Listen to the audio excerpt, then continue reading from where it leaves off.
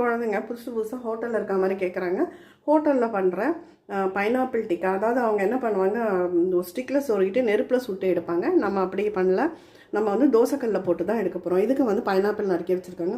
குட்டி ஸ்கொயராக நறுக்கி வச்சுருக்கேன். ஸ்கொயருன்னு கூட சொல்ல முடியாது. நறுக்கினதில் வந்து நம்ம டூத் பிக்கை வச்சு இதில் லைட்டாக உப்பு தூவிருக்கேன். அதில் வெறுமனை சுட்டு தருவாங்க, நல்லாவே இருக்கும். நம்ம லைட்டாக ஒரு தனி மிளகாய் தூள் உப்பு போட்டு பிழிஞ்சு விட்டுருக்கேன். இப்போ இந்த மாதிரி டிக்காக்கில் ரெடி பண்ணி நம்ம தவாவில் போட்டு எடுத்துடலாம்.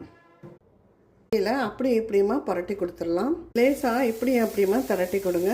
நல்லா வேகணும்லாம் கிடையாது, சும்மா லைட்டாக உங்களுக்கு சூடு ஏறி சாப்பிட்றதுக்கு நல்ல இதமாக இருக்கும். லைட்டாக இப்படியும் அப்படியுமா திருப்பி போட்டு பைனாப்பிள் டிக்கா ரெடி. ஆனால் பைனாப்பிள் டிக்கா வந்து மழைக்கு ஏற்ற மாதிரி சூப்பராக ரெடி ஆகிடுது.